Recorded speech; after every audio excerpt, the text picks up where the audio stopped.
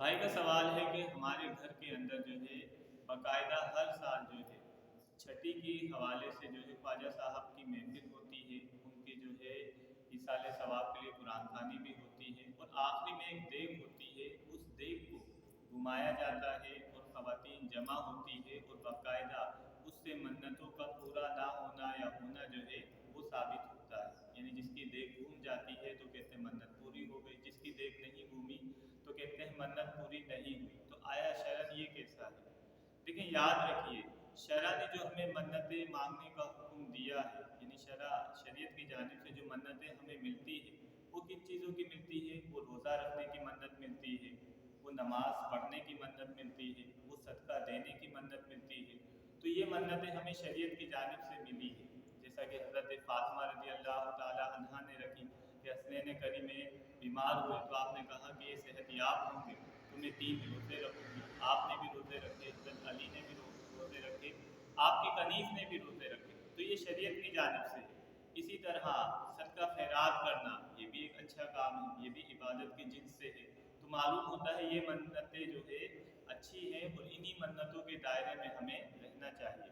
اب یہ منتیں جو ہمارے یہاں چل پڑی ہے کہ خواجہ صاحب کی دیگ گھومے گی تو منت پوری ہو گئی، جس کی دیگ نہیں گھومے گی تو منت پوری نہیں ہوئی، یہ کوئی منت نہیں ہے۔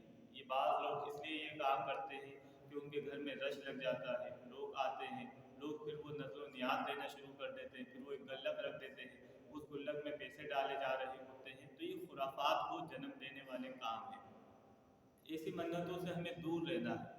اب اس میں یہ بھی ہم نے دیکھا کہ بعض نے بتایا کہ وہاں پہ حاضری آنے کا چکر شروع ہو گیا، یعنی پھر کسی کو حاضری آنا شروع ہو جاتی ہے، چاہے وہ لیڈیز ہو جینٹس ہو، ان کو حاضری آنا۔ پھر ایسی جگہ پر جو ہے پردے کا اہتمام بالکل نہیں ہوتا، پھر جب حاضری آئے گی تو لوگوں کا رش لگتا ہے اور بے پردگی زیادہ ہوتی ہے، تو یہ سب کام گناہوں کو جنم دینے والے ہیں، اور جو کام منع ہو اس کا اجتماع کرنا، اس کو جو ہے تماشا بنانا، یہ بھی منع ہوتا ہے۔ لہذا ایسی کوئی منت نہیں ہے۔ آپ کی اگر کسی اندازے سے دیگ گھوم گئی تو یہ منت پوری ہو گئی، جس کی نہیں گھومی اس کی منت پوری نہیں ہوئی۔ پھر یہ سمجھنا کہ میری دیگ اگر گھوم گئی ہے اور میرا کام ہو گیا تو اگلے سال مجھ پر لازم ہے کہ میں یہ دیگ اپنے گھر میں رکھوں، تو یہ کیا ہے؟ یہ پھر جو ہے لہو و لعب کو جو ہے اس کو تشہیر کرنا ہے، اس کو عام کرنا ہے، وہ شریعت اس کی بالکل اجازت نہیں دیتی ہے۔ لہذا اگر آپ کو منت رکھنی ہے تو قرآن و حدیث سے جو چیزیں ہمیں معلوم ہوتی ہے، نماز، روزہ، زکوٰۃ، عمرہ، ان چیزوں کی منت رکھیں تاکہ اس کو آپ کر کے اجر بھی پائیں۔ ایسی منتوں سے اپنے آپ کو بھی روکیں، اپنے بچوں کو بھی روکیں اور اپنے خاندان والوں کو بھی اویئرنیس دیں۔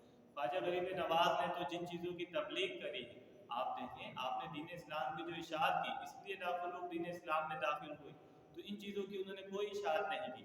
یہ صرف جاہل طبقہ ہے جنہوں نے ان چیزوں کو رواج دیا ہے اور اپنی دکانیں چلانے کے لیے، اپنا دھندا چمکانے کے لیے یہ کام کیا ہے۔ اللہ اس خرافات سے ہمیں بچنے کی توفیق عطا فرمائے۔